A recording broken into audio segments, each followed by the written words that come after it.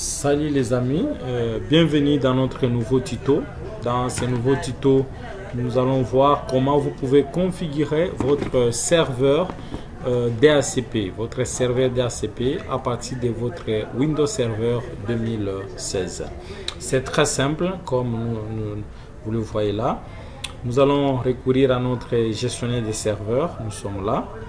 Voilà, nous utilisons Windows Server 2016, Windows Server 2016, l'édition Data Center, comme vous le voyez là, Windows Server 2016 Data Center, et il est déjà dans les domaine 100mega.com. Alors, pour configurer les serveurs DHCP, nous aurons d'abord besoin, comme vous le remarquez ici, on n'a pas encore installé les rôles, donc nous allons commencer par installer les rôles les rôles DHCP, puis nous allons les configurer par la suite. Alors pour faire cela, nous allons rentrer sur notre tableau de bord. Nous allons sur ajouter des rôles et des fonctionnalités. Donc nous pouvons partir à partir d'ici, tout comme nous pouvons aller sur gérer et puis nous prenons ajouter des rôles et fonctionnalités. Donc ça revient au même. Nous cliquons sur là, il y a une théorie qui est là. Par exemple, on vous dit, vous devrez vous rassurer que lorsque vous voulez configurer les serveurs DHCP, vous devrez être connecté avec un compte administrateur qui possède un mot de passe fort. Donc un mot de passe fort, c'est un mot de passe qui répond aux normes de complexité, donc c'est-à-dire majuscules, minuscules, caractères spéciaux et tout au moins, donc au-delà de 7 caractères. Sorry, ce n'est pas le Covid. Voilà, vous devrez également vous assurer que vos paramètres réseau soient bien configurés, par exemple que vous avez une adresse IP statique qui est bien configurée. C'est bien le cas sur ma machine. Je vais vérifier. Voilà, ancipia.cpl. Je vais vérifier. Voilà, je suis sur ma carte réseau. Voilà, donc j'ai déjà configuré, c'est 190 68 28 100. Voilà, donc j'ai déjà mis une adresse IP statique sur ma carte réseau. Et puis on dit vous devrez disposer des dernières mises à jour, donc de sécurité, vous devrez déjà effectuer. Cette condition n'est pas extrêmement obligatoire. Vous pouvez vous en passer si vous n'avez pas de mise à jour, donc ça pourra toujours aller. Voilà, après cela, si vous vous rassurez que surtout les deux premières conditions sont remplies, vous allez cliquer sur suivant. Voilà, nous allons laisser la case cochée par défaut, installation basée sur un rôle ou une fonctionnalité. C'est bien notre cas, je fais suivant. Voilà, ici je dois indiquer, je dois sélectionner les serveurs sur lesquels je dois installer. Voilà, c'est les serveurs qui est là par défaut. Et puis, si vous avez plusieurs serveurs, vous pouvez gérer plusieurs serveurs à partir de ces gestionnaires. Donc, je peux avoir 2 ou 3 serveurs dont je peux insérer sur mon gestionnaire et être à mesure de les manager sans problème. Alors, si j'ai 2 ou 3 serveurs, ça va figurer ici. C'est avant de faire le choix du serveur sur lequel je vais installer les rôles DHCP. Dans le cas présent, je n'ai que ça, donc c'est celui qui est déjà sélectionné en bleu par défaut. Je fais suivant. Voilà la liste des rôles, qui sont disponibles sur les serveurs 2016. Sans doute, si vous êtes fan de 2012, vous utilisez 2012, vous allez voir effectivement qu'il y a des rôles qu'on a ajoutés ici, qui ne figurent pas sur les serveurs 2012. Voilà, donc moi, ce qui m'intéresse pour l'instant, c'est les serveurs DHCP. Je vais les cocher. Il m'affiche les fonctionnalités natives attachées à ces serveurs. Donc, je ne dois pas décocher là. Je laisse cocher. J'ai dit ajouter des fonctionnalités. Il ajoute donc les fonctionnalités utiles à son fonctionnement. Je fais suivant. Ici, je ne vais rien cocher. Il n'y a rien qui m'intéresse ici. Je fais suivant. Voilà. Et j'ai dit suivant. je peux cocher redémarrer automatiquement en cas si nécessaire. On code cette cache de telle sorte que le serveur redémarre automatiquement lorsque la fonctionnalité ou le rôle nécessite un redémarrage après l'installation. Voilà. Pour le cas, dans notre cas, les DHCP ne les nécessitent pas. Je les laisse sans cocher. Je fais installer. Voilà, l'installation va commencer. Voilà, il évolue.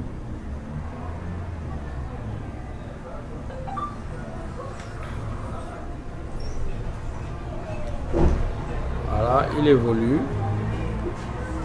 C'est sur une machine virtuelle, ça va un peu lentement par rapport aux ressources que j'ai allouées à cette machine. Hein. Voilà, c'est fin prêt.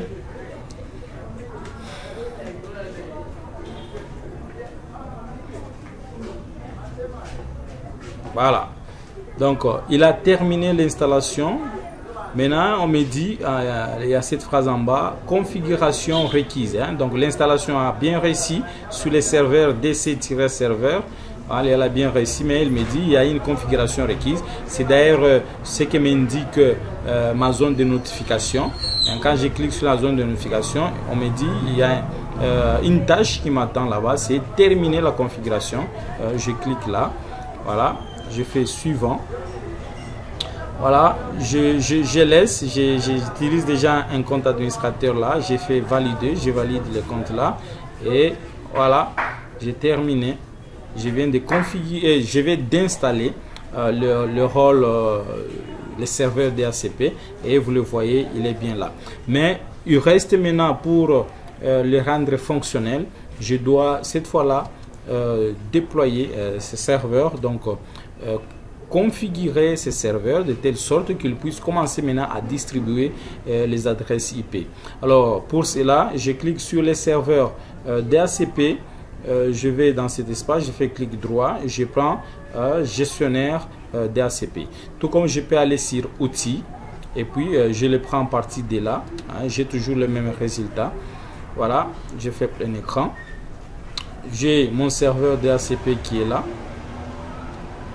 Je peux, j'ai les deux protocoles IPv4 et IPv6. Pour l'instant, nous c'est l'IPv4 qui nous intéresse, donc je clique sur IPv4 et sur IPv4, je vais faire un clic droit sur IPv4. Je vais sur nouvelle étendue. Je vais créer ma pool d'adresses IP à distribuer sur mon réseau. Voilà, je fais suivant. Ici, je mets un nom. Je peux mettre n'importe quel nom. Ça doit bien sûr avoir le sens. J'écris par exemple DHCP LAN 1. Voilà, LAN 1. Description, je peux mettre tout ce que je veux là-bas. Je peux mettre, voilà, DHCP pour le LAN 1. Voilà, je fais suivant. Ici je dois indiquer maintenant mon intervalle d'adresse IP. L'adresse IP que je dois mettre doit être du même sous-réseau que moi. Voilà, je vais voir encore les adresses que j'ai vues. Je vais voir sur ma carte réseau. Donc on est là. Je suis 192.68.28. Tel est le sous-réseau dans lequel je suis. Voilà, donc je mets 192.168.28. Voilà, moi-même là je suis 192.168.28.100. Ok, je peux dire, je commence à distribuer les adresses.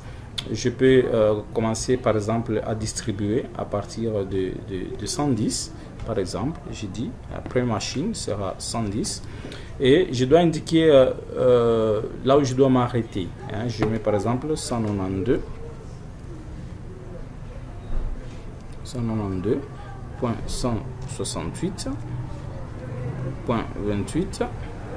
et je mets par exemple jusqu'à 150. Donc je ne choisis pas ce valeur au hasard, c'est par rapport aux besoins, donc l'étendue, la capacité de mon réseau, le besoin d'adresse IP dans mon réseau qui va déterminer les adresses IP que je dois prévoir à déployer. Alors on me dit longueur 24, c'est-à-dire nous utilisons les adresses IP de la classe C. Je fais suivant. Ici, je dois maintenant mettre l'exclusion. L'exclusion, c'est-à-dire les adresses IP dont le serveur DHCP n'a pas droit de distribuer de façon automatique aux autres du réseau, aux clients DHCP. Ces adresses IP doivent être exclues de la plage que je viens de choisir. Donc, j'ai pris de 120 à 150. Donc, ce que je dois exclure doit être dans cet intervalle-là. Donc, 192.168.28. Voilà, j'exclus par exemple 5 adresses, j'exclus de 145 à 192.168.150. Donc j'exclus de 145 à 150.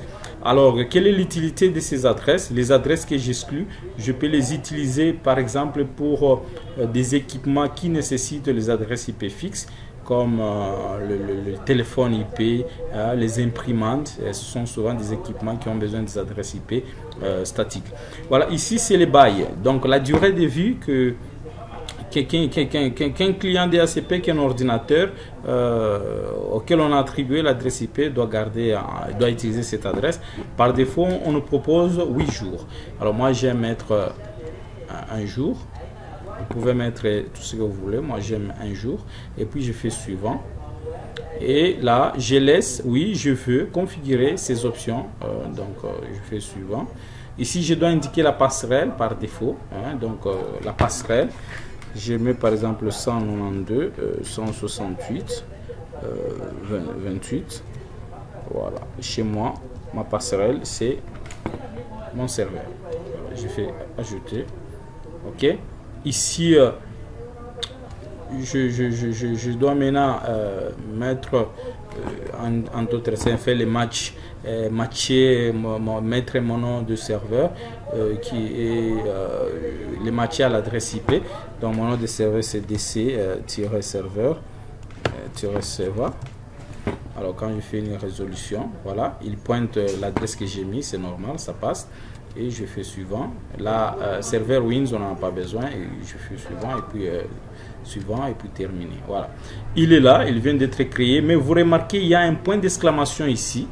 Donc, je dois faire démarrer cela maintenant. Je peux actualiser. Et c'est coché maintenant très bien. Et là, on me dit mon DHCP est actif. Donc, mon serveur DHCP vient d'être configuré. Il est prêt vraiment à donner des adresses IP aux utilisateurs. Donc, il faut que je vérifie. Là c'est ce que je viens de configurer. Donc, j'ai configuré de 192, 128, de 110 à 150. Et là, ce sont les adresses IP que j'ai exclues. Quand nous entrons dans Beau, là, on vous donne la liste des machines qui ont déjà obtenu les adresses IP de façon dynamique à partir de notre serveur DHCP d'Ambo. Pour l'instant, il n'y a rien, tout simplement parce que on n'a pas encore connecté une machine quelconque à notre serveur DHCP, il n'a pas encore attribué. Donc voilà comment configurer le serveur DHCP, c'est très simple. Je vous dis ciao, à bientôt pour un nouveau tuto. Surtout, n'oubliez pas de vous abonner sur notre chaîne et de cliquer sur votre alerte des notifications.